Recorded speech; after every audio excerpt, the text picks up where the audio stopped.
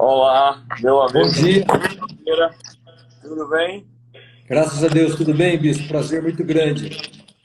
Prazer tudo meu. Prazer tudo meu. Que alegria receber você aqui com a gente é, nesse dia. Estou esperando o pessoal entrar aqui. O pessoal está chegando. Normalmente a gente leva uns 3 minutos para o pessoal chegar. Muito obrigado por atender meu convite. Obrigado, prazer muito grande estar aqui. Sempre é uma alegria revê-lo. E parabéns aí pelo seu trabalho, usando as novas tecnologias para que a gente possa estar informando o rebanho, né? Nós precisamos agora se reinventar, né? De toda essa situação que a gente está vivendo. A gente precisa realmente se reinventar e a tecnologia é uma maneira de você. A tecnologia é neutra, como o dinheiro é neutro, né? Ele pode ser bom ou ruim dependendo da mão de quem está. Verdade. Disse que está convencido por Cristo de que nada é impune em si mesmo, a não ser para aqueles que assim o considerem. Amém. As coisas puras são puras para os. E eu acredito que a tecnologia é uma grande ferramenta de transformação mundial e pode ser, assim, inclusive, uma maneira de a gente alcançar a grande comissão de maneira bem efetiva.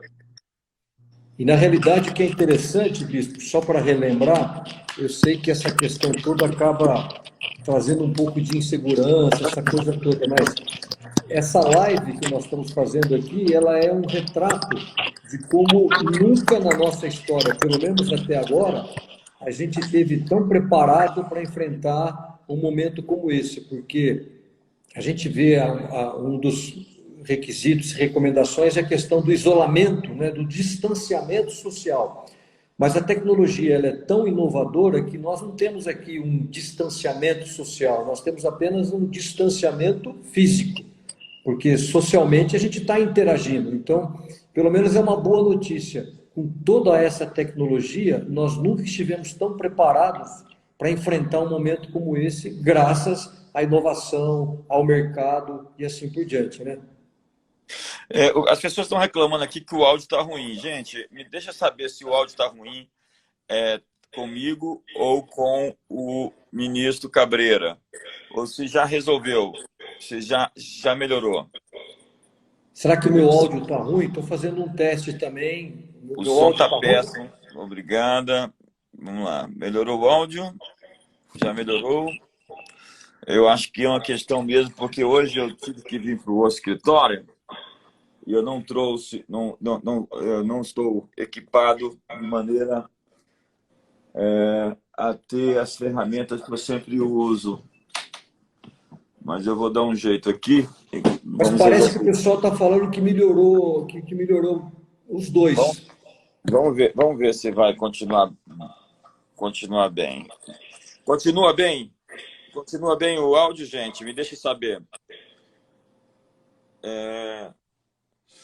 Eu tenho que esperar um minutinho aqui só para a gente poder fazer esse ajuste, ministro, e a gente já entra na nossa conversa. Eu sou muito empolgado em falar com você, você me inspira muito. Você não sabe, mas você me inspira muito. Por quê? É o inverso, eu acho que é o inverso. Você me manda aquelas mensagens suas, que eu inclusive disse para você que você tem que publicar aquilo num livro, que é... você conseguiu? O áudio tá bom? Você só saber se tá bom, que eu não altero, Amanda. Se não tiver. Eu acho que o pessoal está falando que está bom, que tá tranquilo, viu? Pelo menos aqui eu tenho visto, eu É, estou lhe ouvindo bem também, tranquilo. está com eco, tem um pequeno retorno no seu. Deixa eu ver aqui uma coisa. Eu não sei onde põe isso aqui, Amanda. Põe, põe no celular isso aqui? Com licença, gente. Assim? Aí muda para cá.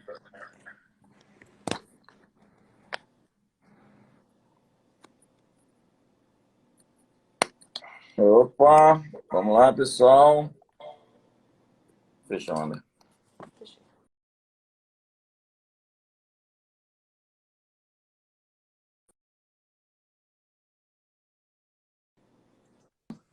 Voltou? É porque eu... Opa! Olá, pessoal. Não sai daí, não. Ah, mano, é melhor do jeito que estava. Aqui vai dar trabalho. Obrigado.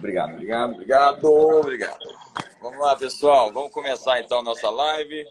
Espero que o som esteja bom. Nós temos hoje aqui o ministro Antônio Cabreira, Mano Filho, que foi ministro da Agricultura, nasceu em São José do Rio Preto, filho mais velho de uma família tradicional de produtores rurais, membro da Igreja Presbiteriana, tem um dos maiores acervos, talvez o maior acervo de livros antigos do Brasil, tem a Bíblia de Lutero,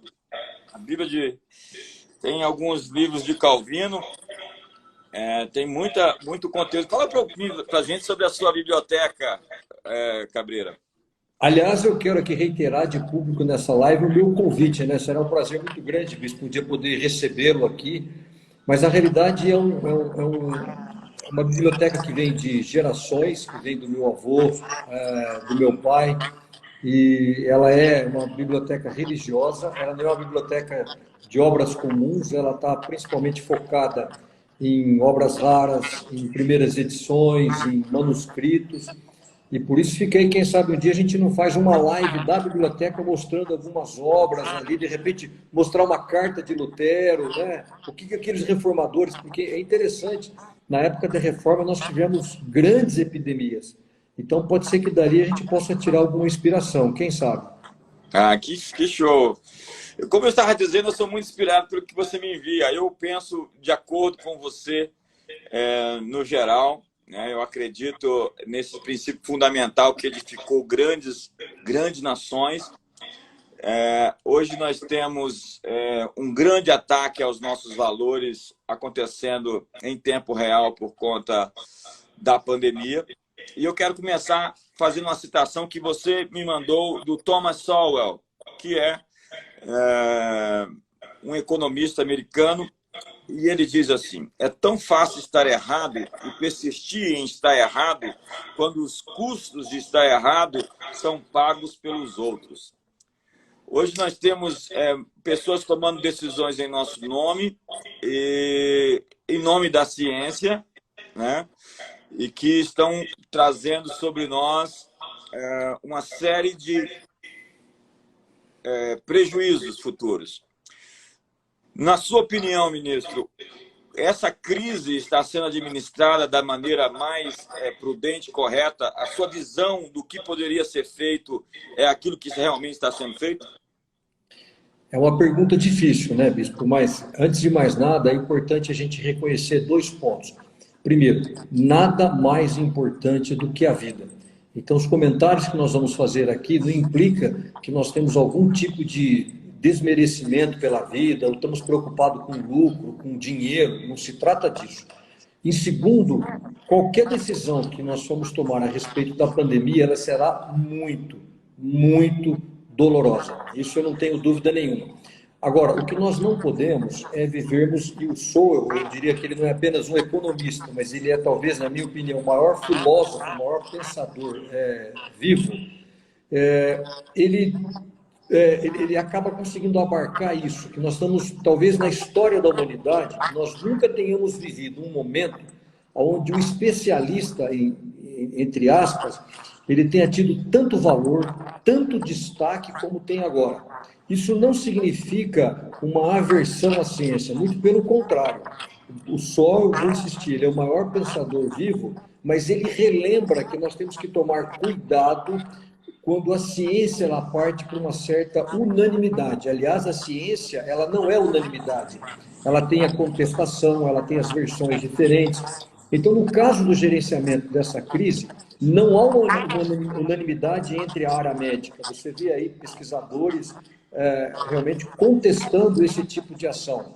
Segundo, você vê alguns países não fazendo esse tipo de isolamento como a gente está fazendo. Você tem o exemplo, como todo mundo já sabe, da Suécia, você tem o exemplo, os próprios Estados Unidos, eles não estão totalmente fechados.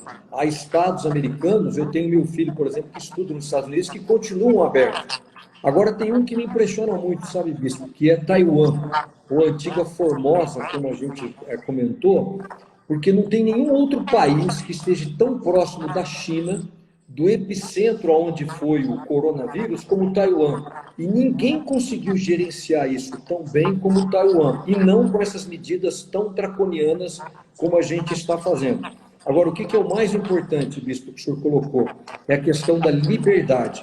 A liberdade, ela não é um direito inalienável, a liberdade não é um direito, para nós como cristãos, nós sabemos que ela é um direito dado por Deus, ela não é um direito dado pelo governo, né? E a liberdade, ela tem que ser para todas as etapas da vida, principalmente nos momentos de crises. Nós não podemos abrir mão da liberdade. O que eu percebo é que, de uma maneira assim displicente, nós estamos entregando de bandeja essa liberdade para um governo, para governos federal, estadual ou municipal, e nós não estamos avaliando corretamente o estrago que isso pode fazer na nossa democracia. Aliás, democracia significa o governo por aqueles que foram eleitos. Caso contrário, o que a gente teria seria uma tecnocracia, ou seja, a sociedade seria governada apenas pelos especialistas. Incrível isso, incrível isso. O Sol escreveu alguns livros, como Conflito de Visões. Ele também é discípulo do Friedman. Mas você sabe que ele tem um livro que eu quero recomendar aqui nessa live, se quem puder, chama Os Intelectuais. Talvez não tenha nenhum livro, na atualidade, tão pertinente para esse momento da pandemia como esse livro do Sowell. Esse livro foi escrito lá atrás. E ele fala o seguinte, é uma coisa interessante. Em algumas áreas da vida, você pega, por exemplo, um engenheiro. O sujeito ele vai construir uma ponte, ele faz o cálculo, ele faz o projeto, ele constrói aquela ponte. Ele coloca aquela reputação naquela ponte. Se aquela ponte tiver algum problema, cair, ou ela foi interditada, foi a reputação dele como engenheiro que foi colocado ali. Mas nós temos um segmento de especialistas, ou como o Sowell chama de intelectuais, que é impressionante. Eles fazem essas previsões elas não ocorrem, elas passam longe daquilo que era como previsto e a reputação deles continua intacta.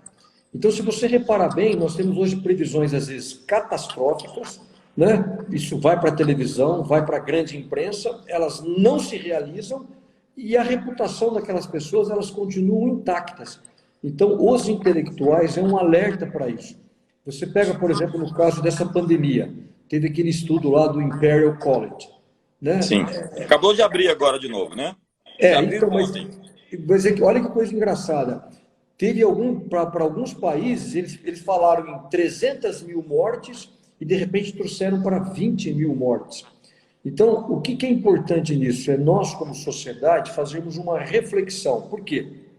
Porque, ao que parece, por tudo que a gente consegue avaliar, nós estamos trocando algumas previsões que podem ser erradas, e podem ser erradas numa dimensão imensa, por algo que é certo. Porque, realmente, essa questão das mortes, e eu quero insistir, nós não estamos desmerecendo a dignidade e o valor de uma única vida, não se trata disso. Mas são previsões, são estudos, são matemáticas, são gráficos, isso pode dar errado. Agora, nós estamos trocando tudo isso por algo que é certo. Nós sabemos que nós vamos ter uma imensa recessão, a economia foi fechada, esse é um experimento social que nunca foi testado na história da humanidade, nunca se fechou uma economia global como está sendo fechada agora. Aliás, é importante que a gente dê nome aos bois. A gente fala que nós vamos ter uma recessão. Recessão é quando você erra na mão, o governo errou na dosagem da política econômica. O que nós vamos ter é um colapso da economia por ordem do governo. Foi o governo que mandou fechar a economia. E, na realidade, se a gente pensar bem, a economia, Bispo, ela é o coração desse organismo chamado sociedade. A gente estava falando aqui da reforma, uma das grandes doutrinas da reforma é a vocação, é o trabalho. Essa pandemia, inclusive, ela está trazendo à tona a valorização do trabalho, a importância do trabalho numa sociedade produtiva. Então, quando a gente dimensiona tudo isso, esse estrago no coração da sociedade, que é a economia, ela vai afetar todas as áreas. Ela vai afetar a área da saúde, ela vai afetar a área da educação, das igrejas, das famílias, da renda, dos estudantes, de tudo. Então, eu acho que está faltando esse debate. Você não vê hoje na imprensa alguém apresentar um contraponto nesse caminho em que o Brasil está indo. É porque existem diversas ciências dentro dessa perspectiva, não simplesmente a questão pontual da saúde, né? Da saúde pública. Tem uma questão da segurança pública. E aí, nesse ponto é interessante, por exemplo, estamos ouvindo muitos especialistas da área médica e eles devem ser ouvidos, mas você já percebe, dentre eles, algum dissenso, não há uma unanimidade. Agora, por exemplo, Bispo, eu não consegui ouvir ainda em nenhuma grande imprensa nenhum especialista em queda de PIB. Eu não tenho condições de dimensionar qual vai ser o tamanho da queda do PIB brasileiro. Não sei se vai ser menos 4, tem gente que fala que vai ser menos 10, eu não tenho ideia. Mas será que não é o momento da gente ouvir alguém, por exemplo, qual é a estimativa da queda e qual vai ser o reflexo dessa queda na nossa vida? É um outro especialista. Ele também deve ser envolvido. E no começo da live a gente falava sobre a questão da liberdade. O que eu acho que é importante? É que você, como cidadão, você absorver essas informações do especialista da área médica, do especialista da área econômica e assim por diante, e você ter a capacidade de tomar a sua decisão, você avaliar o seu risco. Nós não estamos tendo isso mais, essa liberdade nós acabamos, né? Então isso é o que eu digo, toda crise é um momento para o governo aumentar e estender os seus poderes. Infelizmente, é o que nós estamos assistindo. Parece que não, mas a gente não está ligando muito para isso. Nós estamos assistindo confiscos, nós estamos assistindo desapropriações. Isso eu estou falando de hospitais. Você vê aí, o STF autorizou, por exemplo, um hospital público entrar num hospital privado e retirar os respiradores. Aqui no estado de São Paulo, por exemplo, uma grande indústria, uma fábrica de máscaras, ela teve 1 milhão de máscaras confiscadas pelo governo de São Paulo. Então, aonde nós vamos parar? Nós estamos abrindo uma porta que a gente não sabe aonde ela pode parar. Que horrível. Que horrível. Foi em Sumaré que aconteceu, né? O governo invadiu uma fábrica. Isso é roubo. Exatamente. O nome... E sabe uma coisa que eu queria aqui acrescentar? E eu acho que é bacana a gente ter a sinceridade. Há um ditado rural, eu sou agricultor, que fala assim, a verdade é como sal na ferida, ela arde, mas ela cura. As pessoas não gostam muito disso. A gente vive num dilema, economia e vidas. O que é o mais importante? A vida ela é uma vida de escolhas. Nós vivemos num mundo de recursos escassos, de recursos finitos.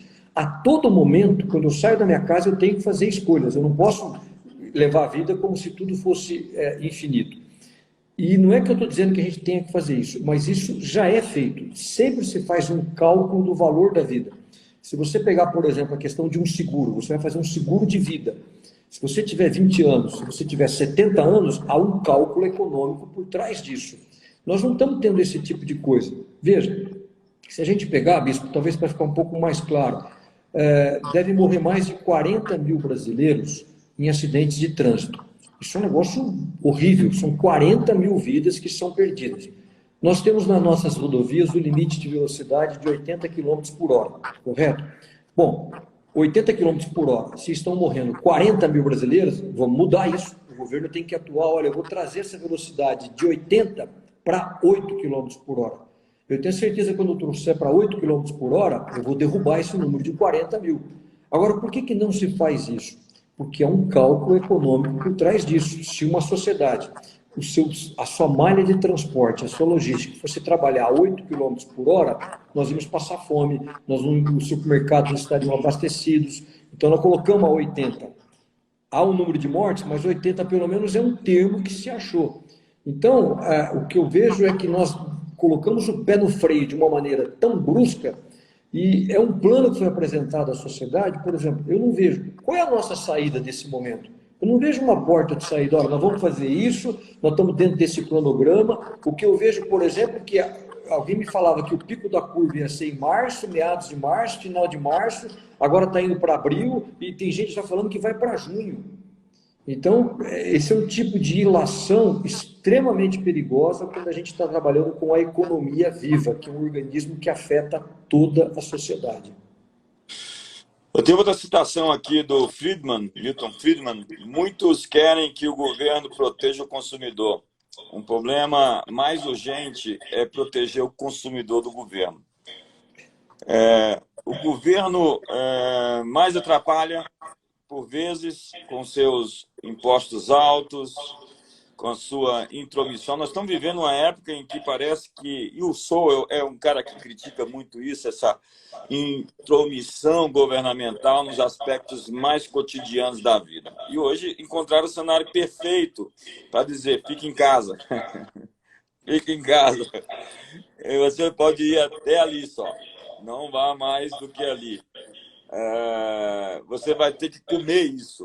Você vai ter que educar os seus filhos deste jeito. Na verdade, você não vai poder ter tantos filhos. Você só vai poder ter um filho, na política do filho único da China. Quem sabe 2, né? E olhe lá. E você vai ter que deixar, inclusive, que esse filho cresça para escolher se ele quer ser homem ou mulher. Porque sexualidade é uma questão social, né? Uma decisão das pessoas delas serem biologicamente ou não aquilo que elas nasceram para ser. A gente vive uma era de extremos, uma era ridícula, né? Onde o governo quer agora... É bom de fiscalizar, o governo é muito bom de fiscalizar, inclusive. Ele sabe quanto que um comerciante vende, um empresário vende, mas é tão pouco também bom de favorecer. Nós estamos no número 124 no ranking de ambiente de negócios no mundo. Nós somos a 9ª economia do mundo e estamos em 124 no ranking de ambiente de negócios. Essa é uma conversa que eu tenho tido recorrentemente com algumas pessoas. E o que a gente pode fazer, ministro Cabreira, para melhorar o Brasil nesse aspecto econômico? Livre mercado, claro, livre economia. Facilidade para o empresário, para o empreendedor, que virou um bandido na visão socialista. Na visão... Eu acho que a sua pergunta ela pode ser respondida com uma outra pergunta. Você acredita que o governo possa fazer alguma coisa que possa melhorar a sua vida? Isso é um tipo de ilusão. Eu acho tão interessante que me preocupa, Bispo, é o seguinte, nós viemos aí de vários escândalos, petrolão, essa coisa toda. Quer dizer, a gente aprendeu a duras penas o que é esse governo grande, principalmente o que significa corrupção. E no momento de crise, a gente, com medo, o ser humano ele não é afeito, com exceção de um cristão, depois a gente pode falar um pouco dessa cosmovisão cristã frente a uma pandemia, mas de uma maneira geral, o medo, você entrega alguns direitos ao governo porque você acha que o governo vai ser o guarda-chuva protetor que vai te guardar desses males todos. Mas veja, na cessão desses direitos que nós estamos passando para o governo, por exemplo, agora com esse decreto da pandemia, você não tem mais licitações. Você já conseguiu imaginar o que é essa quantidade de governos estaduais, de prefeituras, tendo a liberdade de fazer as suas compras sem licitações? Então, quer dizer, nós estamos abrindo uma porta que nós não temos a ideia do que isso pode transcorrer. Nós estamos fazendo uma farra fiscal, e não é que dinheiro não seja importante nesse momento. Ele é importante, as pessoas vão precisar de socorro, até porque o governo causou tudo isso, mas você tem que ter algumas maneiras de fazer isso. Estão se renegociando dívidas públicas, enfim, você não tem nenhum critério em relação a isso. Então, o meu medo é que com isso nós tenhamos crescido esse governo, e me impressiona um pouco, e não quero fazer nenhuma crítica aqui a alguém que possa ser um funcionário público, mas na realidade, você não vê em tudo isso nenhum ajuste no serviço público. Eu acho interessante quando algum político, algum líder chega, não, olha, o governo está dando a sua contribuição. Primeiro, o governo não tem dinheiro nenhum, todo o dinheiro vem de você que está ouvindo essa live, que paga seu imposto, E não precisa ser você pagar como imposto de renda. Quando você vai no supermercado, quando você abastece seu carro, ali você está pagando uma quantidade imensa, quase 45% em impostos. É desse recurso que nós vamos pagar essa farra fiscal. Então, o governo ele não está fazendo nada, ele está só redistribuindo, ele está tirando daquele que pagou para tentar solucionar um problema em que ele acabou criando. Mas agora, nesse ponto, eu acho que essa crise, há um ditado que diz o seguinte: nunca desperdice uma crise. Tomara que essa crise, minimizando o número de vidas que serão perdidas e assim por diante, a gente possa aprender algo seguinte. Vamos pegar a área médica. A maioria, Bispo, das inovações que nós temos na área médica, elas vieram do mercado. Elas não vieram do Estado, elas não vieram do governo. O governo tem o seu papel, tem o sistema público de saúde, tem, não estou negando isso. Mas nós não podemos enxergar no governo a solução para isso. Se você pegar hoje qualquer item que você precise no combate ao coronavírus, você precisa de um respirador, de uma máscara, de uma luva, quem faz isso? É o mercado. E é impressionante, talvez você não tenha reparado, mas hoje você tem, por exemplo, nos Estados Unidos, General Motors e Ford fabricando respiradores. Aqui, indústrias que faziam outras coisas. Por exemplo, eu trabalho na área de cana. Hoje, as usinas de açúcar e álcool estão fazendo álcool gel. Então, você vê o mercado se preparando e procurando dar essa ajuda. Agora, o governo ele sempre acaba atrapalhando. Eu vou lhe falar uma coisa, não sei se você sabe, por exemplo, não existe um sistema tão estatal na saúde pública como na Itália. A Itália está pagando um preço altíssimo porque ela ficou altamente burocrática. E não só a Itália, os Estados Unidos também. Não sei se assim que começou a chegar o coronavírus nos Estados Unidos, os laboratórios privados queriam fazer testes mais rápidos e a FDA, que é o órgão regulamentar, como fosse a nossa Anvisa aqui no Brasil, ela não permitiu que somente os laboratórios públicos. Isso criou um caos. Até que uma pesquisadora lá de um laboratório privado da Califórnia rompeu essa barreira. O resultado é que, não sei se vocês viram, há 10 dias praticamente, semana passada, o presidente Trump ele colocou, parecia uma torradeira de uma máquina que faz um exame em 5 minutos e dá o resultado positivo. Tem um mercado procurando. E hoje nós temos uma competição global pelo desenvolvimento da vacina. Não tenho certeza que... É que eu disse, não há, no momento, pelo menos isso é uma boa notícia, não há na história da humanidade um momento tão propício para se enfrentar uma pandemia como essa, como 2020. Só a gente retornar que o último grande vírus que causou um estrago foi a poliomielite.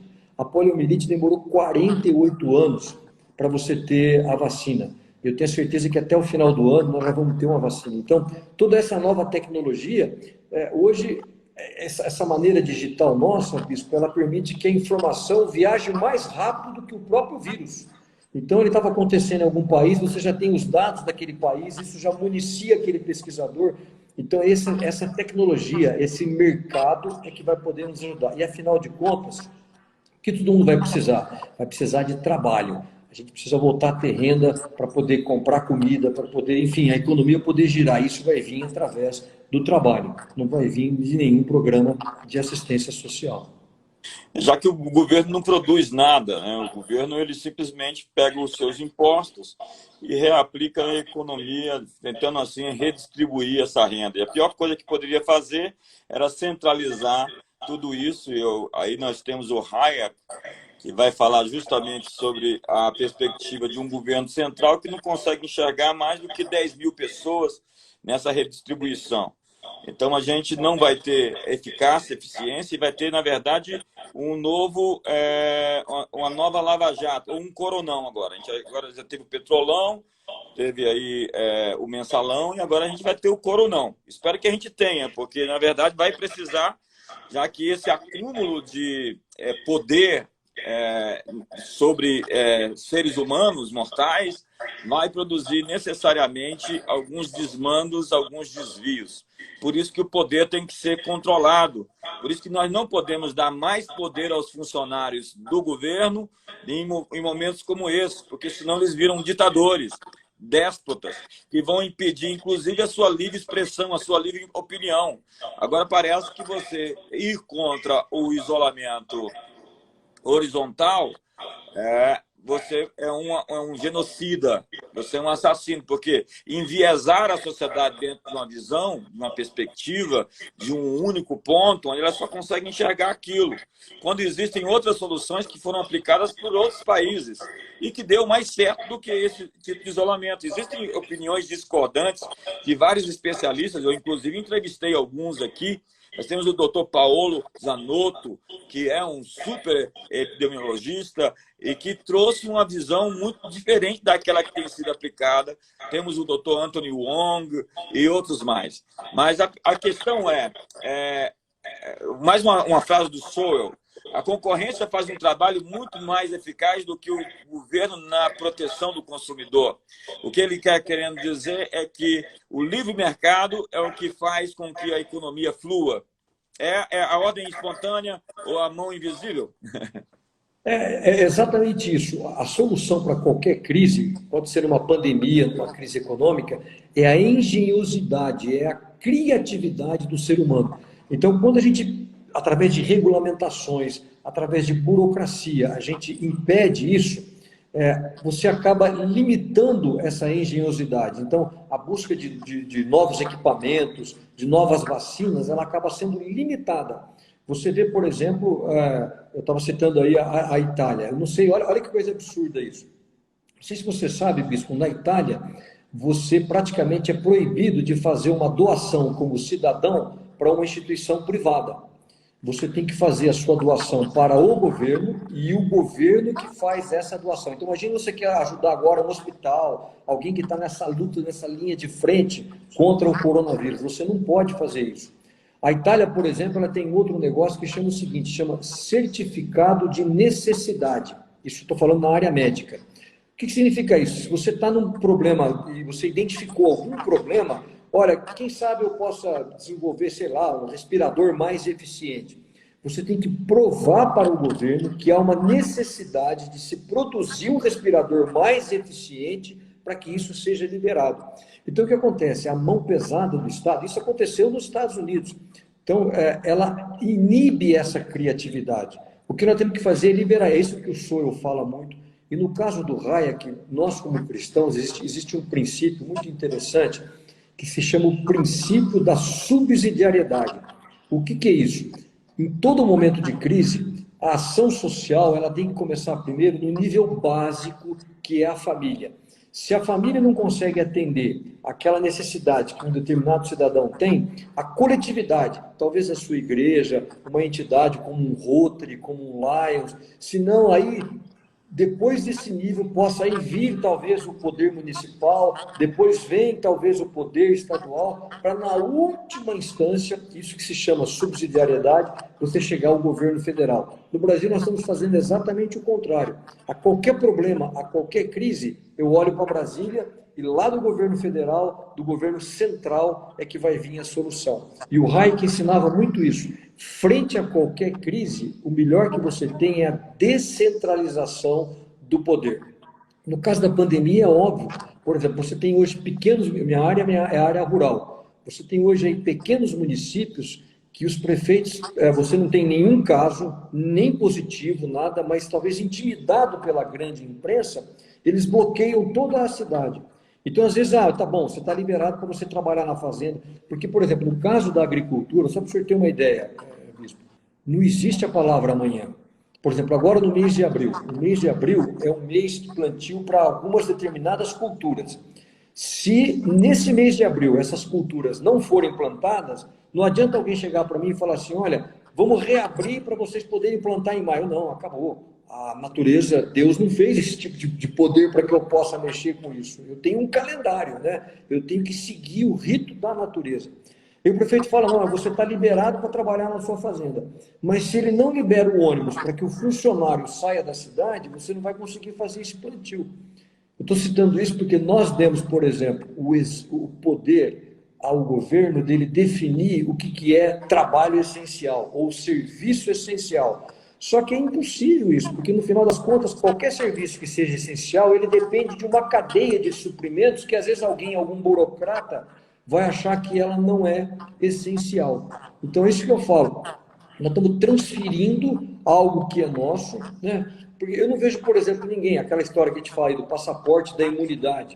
O sujeito testou, ele já tem anticorpos, ele poderia fazer o cálculo de risco. Olha, eu já fiz o exame, eu já estou positivo, eu já posso voltar e trabalhar. Ou mesmo que ele não tenha feito, cada pessoa poderia fazer o seu cálculo de risco. Olha, eu não tenho 60 anos, eu estou com 30 anos, eu estou com 20 anos, eu estou com 40 anos, eu vou trabalhar com determinadas regras. Eu acho que as pessoas elas têm que ser, é o autogoverno individual. Cada um tem que ter as suas responsabilidades. Agora, nós estamos terceirizando isso para o governo e eu acho que vai ser realmente o pior caminho. Nós acabamos de viver aí o momento agora no Senado da PL 149, que foi um verdadeiro assalto ao Tesouro Federal, ao Tesouro Nacional, quando os deputados votaram que poderia se retribuir aos estados e municípios o ISS e o ICMS que não foram recolhidos durante esse período de crise.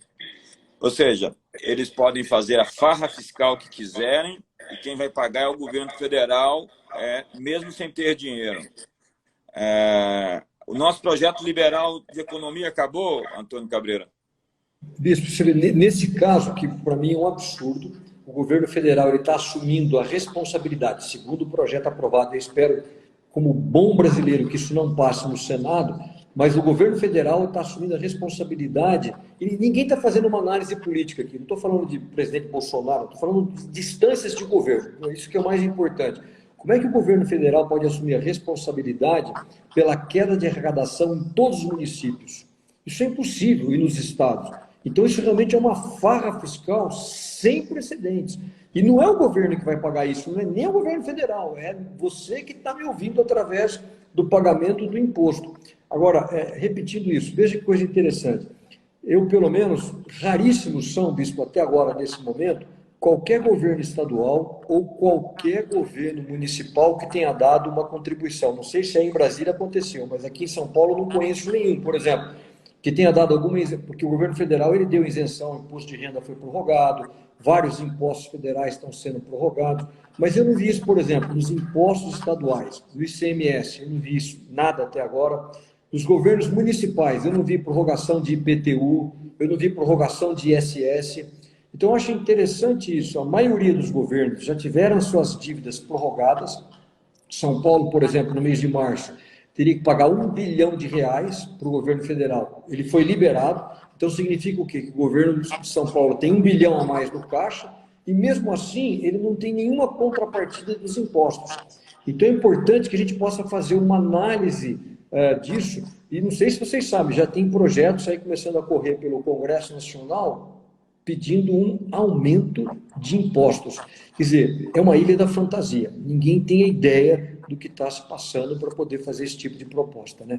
E cabe a você que está assistindo pressionar seu senador aí, do seu estado, da sua região, para que haja uma contrapartida mínima, né? Digo mínima, com relação a esse 149, porque não pode passar no Senado da maneira como foi passado no Congresso, na Câmara dos Deputados.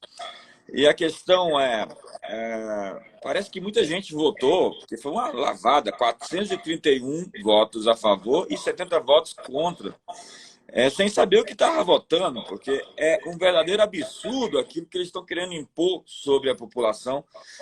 E o Guedes disse, daqui a algum tempo nós vamos saber quem foi que perdeu. E quem perde sempre é o povo.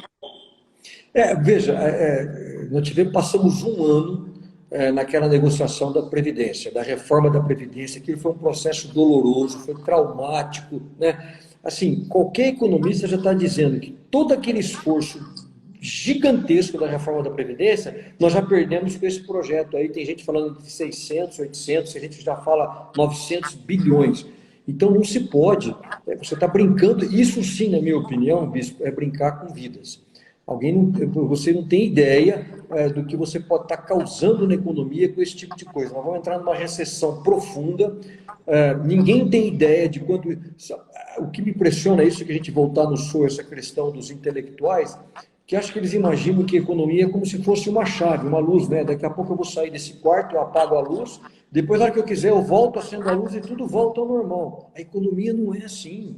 A hora que você reabrir a economia, as feridas, elas vão estar, você vai ter tantas cicatrizes, você vai ter tantas sequelas para você rearrumar isso. E quem perdeu o emprego? Como é que isso vai ser rearrumado assim de uma hora para outra para que essa pessoa... Então, isso assim é um remédio, na minha opinião, excessivo, em que a gente não avaliou direito. Claro, temos que seguir algumas recomendações, tem empresas que estão trabalhando com o seu distanciamento, seguindo algumas regras, tem alguns países que estão dando algum exemplo, a gente já comentou sobre isso. Então, acho que a gente deveria ter maior liberdade de discussão, de uma maneira democrática. Mas, infelizmente, a gente não está assistindo isso na grande imprensa, numa rede de televisão. É aquele efeito manada. Né? Não sei se você viu um outro textozinho que eu fiz sobre um prêmio Nobel, ele falando dessa cascata de probabilidades. Né? Ele tem uma teoria interessante, a gente está falando de ciência. Vamos falar agora de um prêmio Nobel de Economia, que é o topo da ciência. E ele fala o seguinte: a sociedade tem riscos imensos, e um dos maiores riscos é quando, de repente, a imprensa ela acha algum problema que não tem essa dimensão tão grande, mas ela começa a fazer manchetes daquele problema. Essas manchetes começam a sensibilizar o poder público, os políticos, e eles começam a tomar decisões. E, de repente, isso fica num círculo vicioso, porque cada vez mais a imprensa vai aumentando manchetes sobre aquilo, e os políticos, cada vez mais, em larga escala, começam a tomar medidas por isso, de tal maneira que a gente fica num círculo vicioso que nenhum político mais tem a coragem de sair disso. Então, olha, isso é a teoria de um prêmio Nobel. E é o momento da gente avaliar se nós não estamos entrando nesse furacão, nesse círculo vicioso. O problema nosso, na minha visão, eu vou ser um pouquinho mais visceral agora, que a gente é muito controlado por aquilo que vemos nos noticiários, né? A gente realmente está numa era de muita manipulação, né? As pessoas são muito sentimentais, para dizer piegas, e elas conduziram um conflito dessa proporção a um pensamento binário de vidas versus economia. Quando que toda essa explanação sua nos mostra que a médio e longo prazo, a perda, o prejuízo para vidas humanas será imensamente maior se caso a economia não voltar a funcionar, dentro dos critérios de distanciamento social. Porque quando você olha para o mapa, por exemplo, aéreo da aviação comercial nos Estados Unidos, no Canadá, e você olha para o Brasil, você vê que a América não parou. O Canadá está parou um pouco mais. Mas o Brasil está totalmente parado. Nós temos 5.571 municípios nessa nação, sendo que 95% desses municípios não tivemos o Covid-19. A pergunta é, por que o Brasil está todo parado? Em razão de quê? Qual é o motivo disso? Todos os dias você liga a televisão, e eu não ligo a televisão, mas eu estou cansado de ouvir sobre toda essa situação da maneira como é posta, sem assistir televisão. Imagine o cidadão comum que está lá assistindo todos os dias o noticiário, onde só se traz notícia ruim. Não se fala, por exemplo, no noticiário que tantas pessoas foram curadas. Diz que tantas pessoas foram infectadas. Não se fala que vidas foram salvas. Você vê isso na internet, você vê isso nas redes sociais. Uma mulher de 99 anos que foi curada, né? Você vê tantos testemunhos lindos. Por que essa sina, essa obstinação, essa obsessão de trazer notícia ruim todo o tempo? E por que nós temos audiência, nós temos pessoas vidradas e obsessivas também de receber esse tipo de informação? O problema não é somente a mídia, o problema é o povo que assiste ainda e se deixa levar como soldadinho de chumbo, massa de manobra. A gente precisa de um equilíbrio, a gente precisa de um eixo. Não dá para viver essa sina, esse terrorismo, essa histeria coletiva. Eu também acho. É uma coisa interessante aqui. Vamos até sair um pouco da ciência. Vamos sair para o common law, né, para o homem comum. não sei se você já pensou nisso, não é interessante isso? Você dizer o seguinte, olha, ninguém pode sair de casa. Eu estou fazendo aqui uma especulação, pode até ser que alguém me dê uma resposta sobre isso. Você não pode sair da sua casa, olha, mas você pode ir pelo menos... Aliás, é uma coisa interessante, já imaginou quantos brasileiros vão precisar ir ao médico para ver outros problemas que eles não estão podendo ir agora, porque não podem sair de casa? Ou até o receio que se tem de ir a um hospital, porque, né? Então, veja quantos problemas secundários estão ficando. Mas eu acho interessante que você diz, aqui no meu bairro, por exemplo, ninguém pode sair de casa. Mas olha, ao supermercado você pode ir. É interessante isso, porque como é que você vai gerenciar uma pandemia em que você prega o isolamento? Então, olha, todo mundo de quarentena. Mas aí você libera um local para que todo mundo vá, que é o supermercado. Então é engraçado que quarentena que é essa? Eu sei que ninguém pode ficar sem ir ao supermercado, mas pelo menos é um lugar onde você vai encontrar todo mundo lá. Então, ou você tem outras... Bispo, talvez engraxar o sapato para alguém é um serviço essencial, porque ele precisa fazer aquilo todo dia, e agora ele não tem mais essa liberdade. Então, essas coisas que eu acho. Tomara, repetindo, que essa crise ela não seja uma crise só dolorida, que a gente tire grandes lições para que a gente saiba que uma das principais coisas que a gente sabe, aliás, é o que está na Declaração de Independência dos Estados Unidos, a gente sempre gosta de repetir, né? A liberdade, ela não é um direito dado pelo governo, ela é um direito inalienável. Quer dizer, inalienável, eu não posso transacionar, não posso ceder, eu não posso emprestar, eu não posso vender, é algo que é só meu e ninguém tira, porque foi dado por Deus. Essa é a declaração de independência dos Estados Unidos. Aí a gente viu aonde eles chegaram. Então, esse tipo de visão que a gente tem que ter. A liberdade, ela é extremamente importante, não apenas na bonança, mas principalmente importante nos momentos de crise como esse que a gente está vivendo. Ministro, os mercados estão cheios, os coletivos de ônibus, principalmente no Rio de Janeiro, eu vi imagens, estão cheios, e os hospitais estão vazios. Aquele susto inicial de que o sistema de saúde ia quebrar, né, que não ia ter respirador, que não ia ter leito, que não ia ter UTI para as pessoas, não aconteceu. Nós temos acesso a imagens de hospitais em todo lugar que estão vazios. Venderam uma informação para nós que não aconteceu.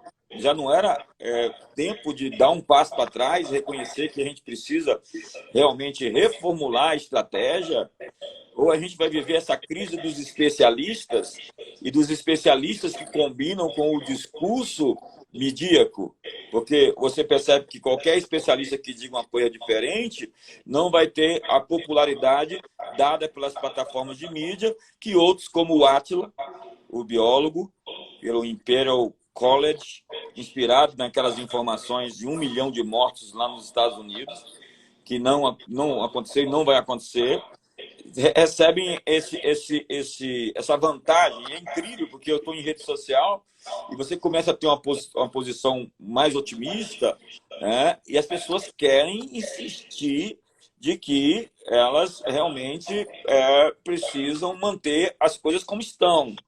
Mas manter as coisas como estão, a médio prazo, é colapso total. Mas olha, é uma coisa interessante que essa questão que a gente fala dos especialistas, nós já tivemos grandes lições da história e que a gente acaba esquecendo rápido isso. Veja, se você voltar lá, o Sowell faz muito isso, ele pega lá na década de 30 e ele pega, vamos dizer, a nata dos intelectuais da época. Ele pega lá, por exemplo, o Jean-Paul Sartre, ele pega o George Bernard Shaw, ele pega Bertrand Russell, que a gente cita até hoje, de vez em quando você vê alguém postar, e eles têm frases interessantes. Mas, por exemplo, nessa década de 30, todos eles tinham uma coisa em comum. Primeiro, eles eram defensores da Alemanha. Sartre, por exemplo, dizia que o regime de Hitler não tinha diferença nenhuma em relação ao que se passava na França, que era uma democracia. O Shaw, por exemplo, ele chegava a defender abertamente o desarmamento da Inglaterra, fazia campanhas, comícios, porque se iria alcançar a paz mundial quando os países fossem desarmados. Imagine se naquela época esses países tivessem ouvido aqueles especialistas. Hoje a Europa não seria o que a gente conhece por hoje. Há uma parte do livro, por exemplo, do Sowell, muito interessante, quando Hitler invadiu a Tchecoslováquia, todos os especialistas diziam, não, isso não tem problema nenhum. Depois foi descobrir que a maioria dos tanques do exército nazista foram feitos na Tchecoslováquia, onde ninguém lá atrás deu um grito, foi contra. Então, nós já tivemos esse efeito manada por esses intelectuais.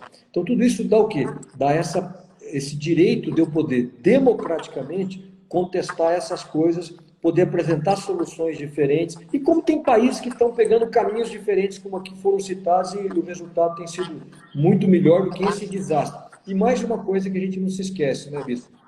Nós não temos.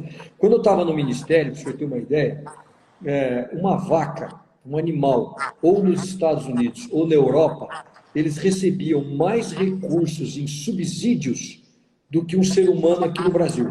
Ou seja, na época que eu estava no Ministério, a renda per capita do brasileiro era menor do que um animal, uma vaca, recebia, por exemplo, na Europa. O que eu estou querendo dizer com isso? Nós estamos fazendo comparações com países extremamente ricos. Eu falava isso com o agricultor brasileiro. Olha, o agricultor brasileiro, ele não compete com o agricultor francês ou com o agricultor americano. Ele está competindo com o tesouro americano. Ele está competindo com o tesouro europeu. Então, você querer importar soluções desses países altamente ricos, com tesouros como eles têm, para um país como o nosso, que infelizmente já era para ter sido um país rico e não é, a gente tem que pensar também. Nós temos que procurar uma solução de acordo com o nosso tesouro, o tamanho do nosso sapato. Então, nós estamos trazendo soluções que vão ser completamente inviáveis.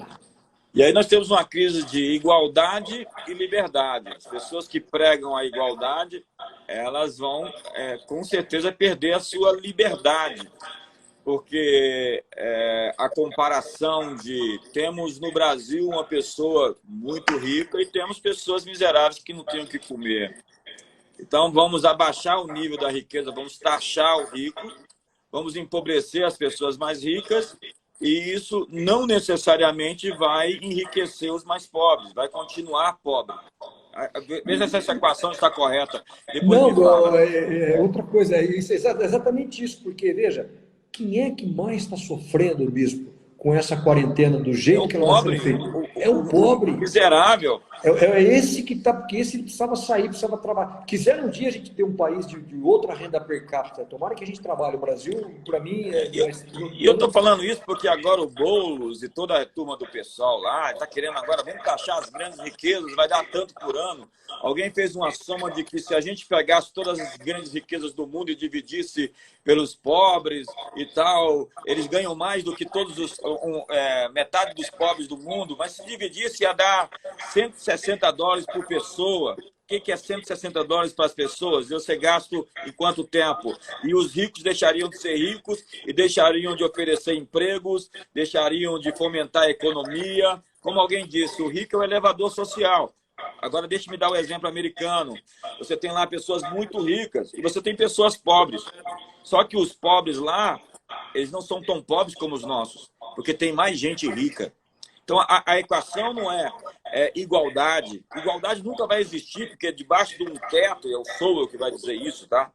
Debaixo do mesmo teto, irmãos não são iguais. Eles vão sair e um vai prosperar mais do que o outro. Para você gerar igualdade, você tem que matar a criatividade e destruir a inovação, e a capacidade de uma pessoa produzir riqueza. Entenda, nunca vai haver igualdade. O que a gente tem que diminuir não é a igualdade, é a miséria, é a pobreza. Eu queria saber se o senhor pensa dessa mesma forma.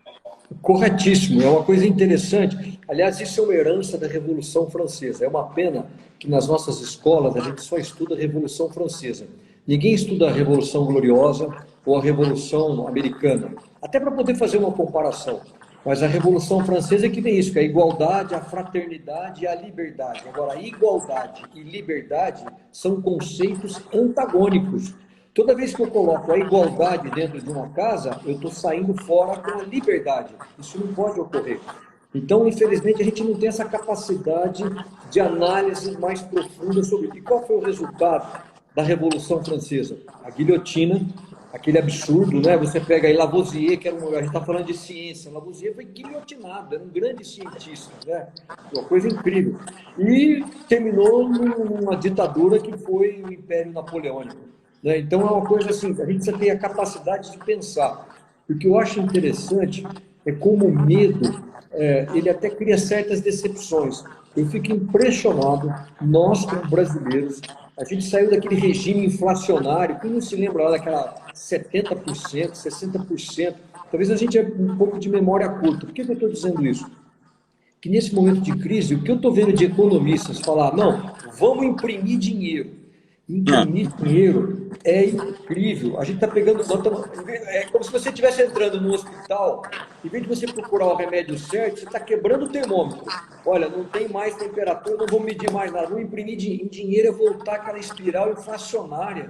Quer dizer, a gente vai destruir um pouco que a gente voltou a querer. Vamos falar em que cortar gastos do serviço público, que a gente não tem visto nada, nada. Você não vê um ajuste. Não, e é incrível que isso foi proposto pelo Meirelles, primeiro pelo Lula, né? Depois pelo Meirelles. Entenda, uma nota de R$100 ou de US$ 100, ela tem o lastro da sua nação, do seu governo que a emitiu. Se o governo tem credibilidade, essa nota tem valor. Se o governo não tem credibilidade, essa nota tem menos valor. Quanto maior é a credibilidade de um governo, maior é a força do seu dinheiro. No momento em que você coloca mais dinheiro no mercado e imprime mais moeda, essa oferta de dinheiro vai enfraquecer a moeda, porque é uma lei de mercado. Então, volta o dinheiro fraco, o preço das coisas sobe. Então, voltamos para essa Sarney. Então, mas é que agora, quem vai ser prejudicado com isso? O mais pobre. Porque aquele dinheiro que ele recebia, às vezes um salário mínimo, aquela coisa pequena, comprava um determinado tipo de produto. Quando você imprimir e injetar recursos na economia, o que acontece? Você vai precisar de mais dinheiro para comprar aquele mesmo produto. E aquele sujeito não vai ter esse mais dinheiro, ele vai ter só aquilo. Então é incrível a gente voltar com essa receita maléfica que já mostrou o que era o que foi o passado no Brasil e a gente traz isso à tona. Então, olha, tomara que a gente possa, com essa crise, tirar uma grande lição, o valor da liberdade. Isso ninguém pode tirar, nem no momento de crise, nem num governo como... O governo tem o seu papel, a proteção da vida, a questão da segurança, isso ninguém nega. Agora, o governo não pode entrar na... Não sei se vocês chegaram a ver aquela... Vamos relembrar aquela declaração daquele diretor executivo da Organização Mundial da Saúde, que ele disse o seguinte, olha, o próximo passo agora é entrar nas famílias, identificar no seio das famílias quem está contaminado e retirar essas pessoas de dentro das casas. Como é que pode um negócio... Aliás, uma coisa interessante, sabe? Eu queria relembrar aqui, nessa live, que a gente está seguindo tanto a Organização Mundial da Saúde, eu não sei se vocês sabem que todos os funcionários, todos, sem exceção, da Organização Mundial da Saúde, não pagam impostos, eles são isentos de impostos. Olha que coisa. Então é fácil para um tecnocrata como esse fazer essas propostas mirabolantes, né? Sem saber o que vai ter. Ele não está pondo a reputação em risco, que é aquilo que o senhor falou. Ele não tem risco nenhum de ter que... É o que o Nassim Taleb comenta muito isso, né, Bispo? Que é a pele em jogo. Skin in the game. Eles não estão com a pele no jogo. Eles estão ali fazendo elucubrações e não têm a mínima ideia do que isso vai afetar principalmente os vulneráveis. O salário está garantido, então eu não tenho que realmente tomar decisões erradas, não vai me afetar. Alguém disse que quem não se preocupa com a desigualdade vive no privilégio.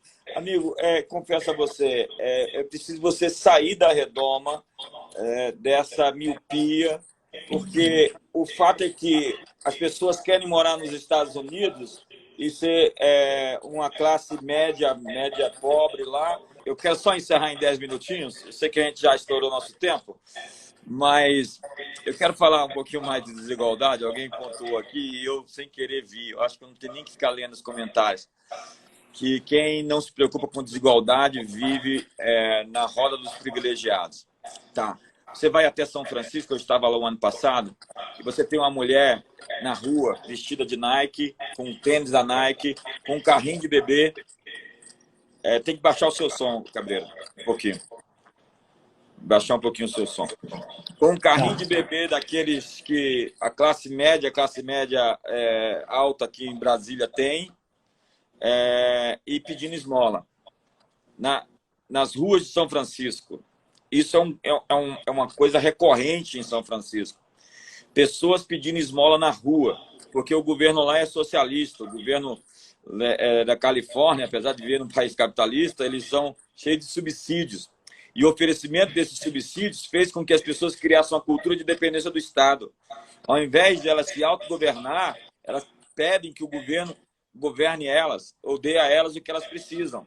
Falta um pouco de amor próprio nesse sentido. Desculpa, eu posso estar sendo um pouco visceral nesse momento. Mas o meu ponto a desigualdade nos Estados Unidos, ela existe.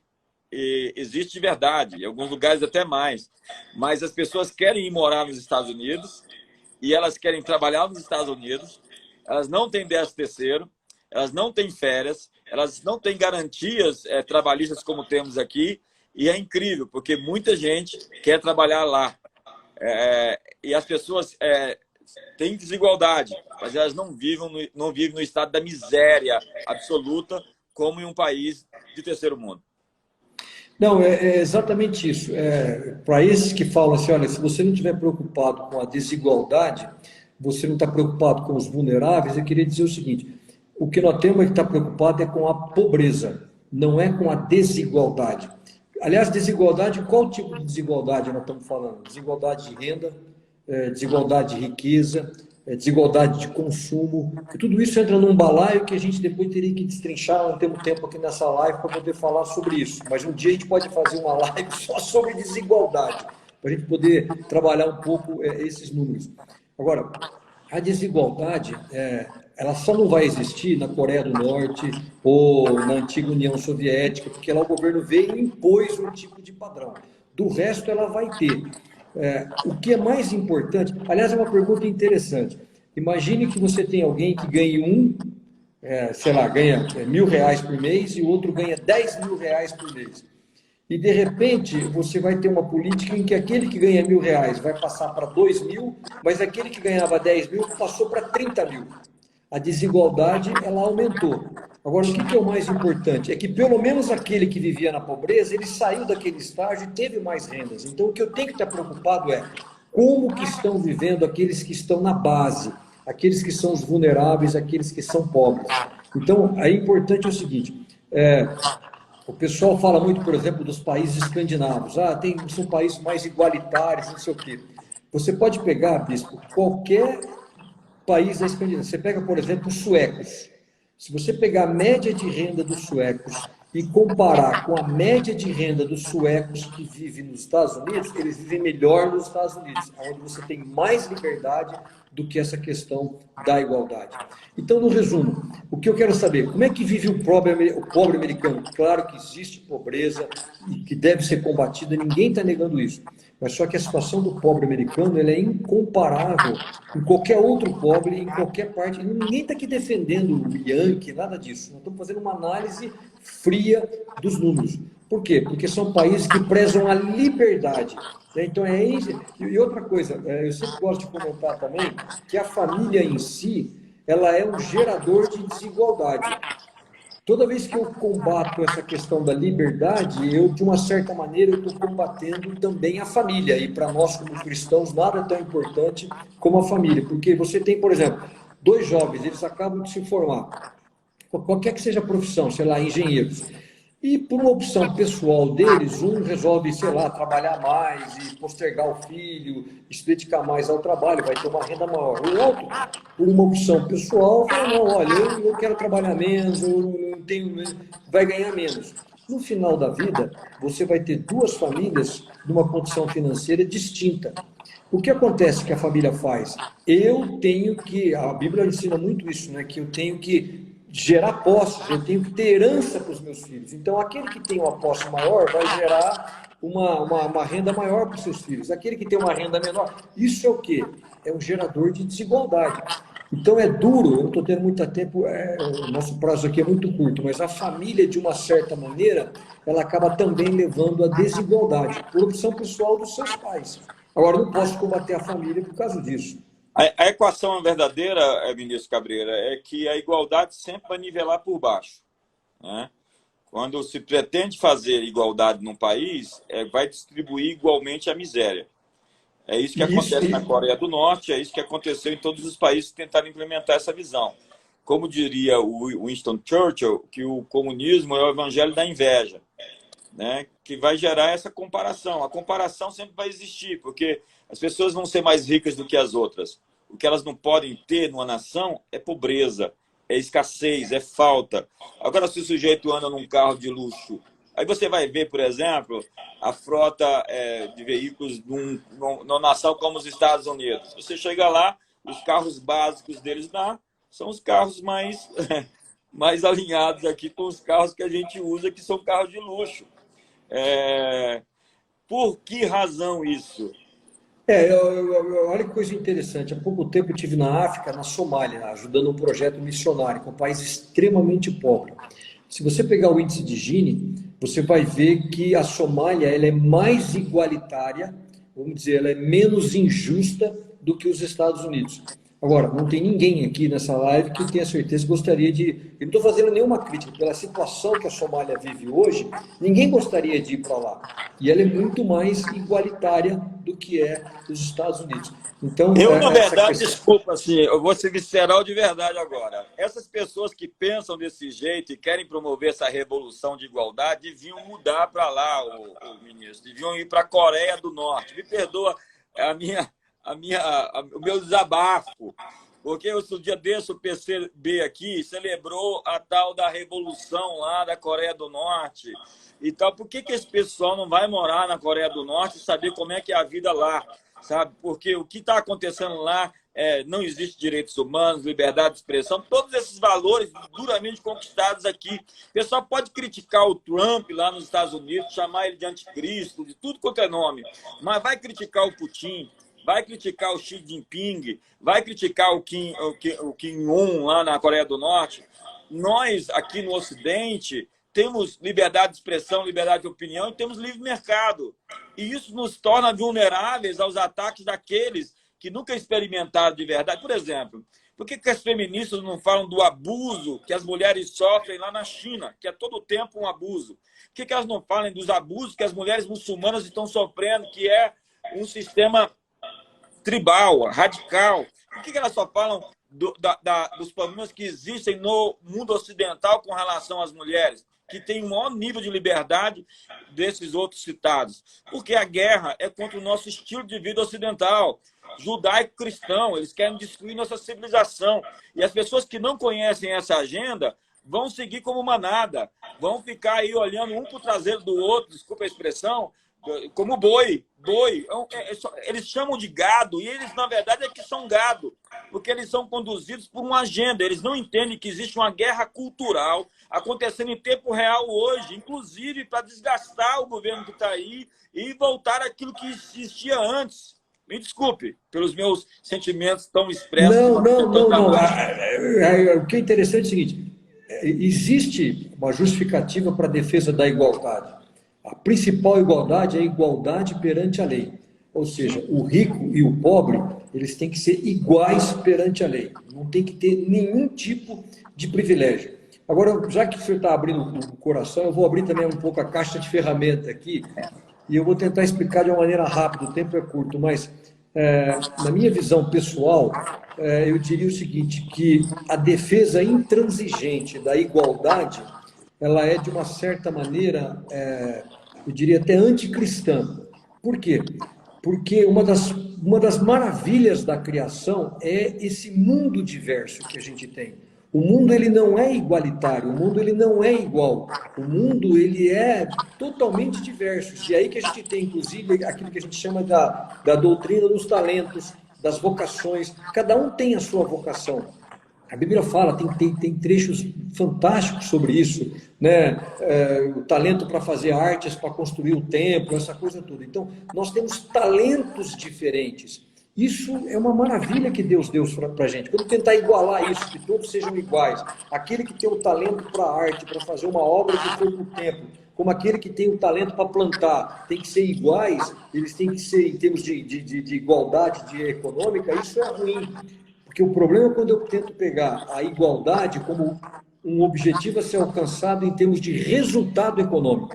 Eu acho que é aí que é o erro. Isso, eu tenho que buscar a igualdade perante a lei, ou seja, o rico, perante a justiça, perante a lei, ele tem que ter o mesmo tipo de julgamento, sem nenhum privilégio, do que o mais pobre da sociedade. Agora, o que eu quero é buscar a igualdade de resultados econômicos.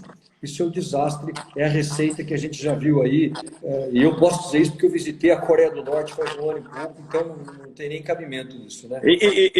Para terminar, ministro, 2 pontos aqui. Primeiro é que quando você tira Deus, é o que o Chesterton fala, o problema não é tirar Deus, é o que você coloca no lugar, né? São as variadas perspectivas mais horríveis, né? São monstros, são bestas, são tiranias, é um Estado, é Nimrod, é a Torre de Babel. Torre de Babel, as pedras tudo igualzinhas, todo mundo tem que ser conformado, nivelado. No templo de Deus, as pedras são variadas e vai se encaixando cada uma na outra, todas diferentes. Deus ama a diversidade. Deus ama a ideia de que as pessoas possam ser diferentes, mas querem nos nivelar, e os seres humanos que querem produzir essa justiça social, eu não entendo que não existe uma justiça que não seja social, né? Esses seres humanos que querem provocar esse controle social, eles são aqueles adeptos da eugenia, da indústria do aborto, da eutanásia e de todos esses expedientes de limitação, de multiplicação da populacional. Por quê? Porque nós temos que interferir, o planeta não cabe tanta gente, são 9 bilhões de pessoas em 2045, então vai implodir tudo, e antes que imploda tudo, a gente tem que tomar providências. Então, essas providências, por vezes, são desumanas, aí criam clínicas de aborto financiadas pelo Estado, Margaret Sanger, e todas as visões também ligadas ao Partido Democrata Americano hoje. Tem toda uma perspectiva muito enorme acontecendo. A coisa é muito maior do que se imagina. Existem forças realmente conspirando para reinventar a sociedade, destruir nossos valores. E nós, cristãos, por vezes, não enxergamos, não conseguimos perceber que estamos numa guerra. No pós-modernismo, a verdade é uma convenção social. Se você vence a guerra cultural, você vai definir o que é a verdade, o que é uma sociedade, o que é uma família, o que é um homem, o que é uma mulher. Então, a redefinição dos termos, é a reengenharia verbal, muito presentes lá no George Orwell, 1984, a Revolução dos Bichos, aqueles cenários mais terríveis que foram pintados outrora, nós estamos, assim, vendo eles. É claro que nós podemos evitá-los e podemos vencê-los, porque Deus tem nos dado ferramentas para isso. Bispo, eu só queria que, primeiro, a Bíblia fala sobre isso. Se a gente pegar, tem inúmeras passagens, se você pregar lá, por exemplo, 1 Coríntios 9, 24, fala que todos vão correr no estádio, mas só um vai levar o prêmio. Então, isso tem... o que é mais importante para a gente, como cristão, é aquilo que a gente chama de mandato cultural. Lá em Gênesis, né, quando Deus chega e falou, vou te dar esse mundo que está aí fora para você dominar sobre tudo que está sobre o céu, animais, descubra. E quem resumiu bem isso foi um prêmio Nobel também de economia chamado Angus Deaton, que ele dizia o seguinte, que o sucesso gera a desigualdade, mas você não vai querer combater o sucesso por isso. Então, veja, a inovação, ela vai trazer a desigualdade. Um dia que o Bill Gates estava lá naquela garagem dele, pumba, ele descobriu o Windows, aquilo foi uma coisa fantástica. Agora, aquilo gerou uma desigualdade incrível. Eu não sei quantas milhares de vezes o Bill Gates deve ser mais rico do que a gente, mas isso não me afeta em nada, porque ele trouxe algo que é bom para a gente. Isso nos afeta positivamente. Positivamente, não ele negativamente. Ele ficou rico e fez outros bilionários. Imagine agora, estamos aqui fora. Imagina que nós estamos numa live agora. Tantos milionários no mundo, sem o Bill Não, Gates. mas imagina o seguinte, imagina que nós estamos ficar rico. que nós Não, tenhamos mas muitos ricos, por vamos só pegar um favor. exemplo claro sobre essa questão da igualdade. Imagine aqui, nós estamos nessa live falando do coronavírus e tal. Imagine um cara agora, de um laboratório privado, ele descobrir a vacina do Covid-19. Esse cara, ele com toda razão, tudo bem, tem a questão humanitária, mas de alguma maneira ele tem que ser recompensado por esse esforço. O laboratório vai vender essa vacina, alguém vai ganhar com isso, mas veja, o Bastiat, já que a gente está falando de economista, ele usava muito isso, né? Aquilo que você vê e aquilo que você não vê. O que eu vejo? Eu vejo um cara ganancioso que ganhou dinheiro com essa vacina. Agora, o que a gente não vê? O benefício que essa descoberta, que essa inovação trouxe, de tal maneira que você vai poder imunizar as pessoas, ninguém vai ficar nessa quarentena. Então, a gente está usando aqui um exemplo fictício, mas de como a inovação gera desigualdade. Quando eu vou combater a desigualdade, eu estou sendo contra a inovação. E que quando você recompensa todos igualmente, independente do esforço, da aplicação, da determinação, você suga a energia daquele que está dando o melhor de si, porque tem outro que não está dando. Então, você iguala por baixo. Entenda que tentar igualitar a sociedade é o mesmo que afundar a sociedade no ócio, na improdutividade. Como você acabou de dizer, isso é revolucionário. O sucesso produz desigualdade. Você não quer acabar com o sucesso. Eu quero terminar falando uma frase do Ronald Reagan aqui, que para mim foi um dos maiores estadistas, né, presidente dos Estados Unidos.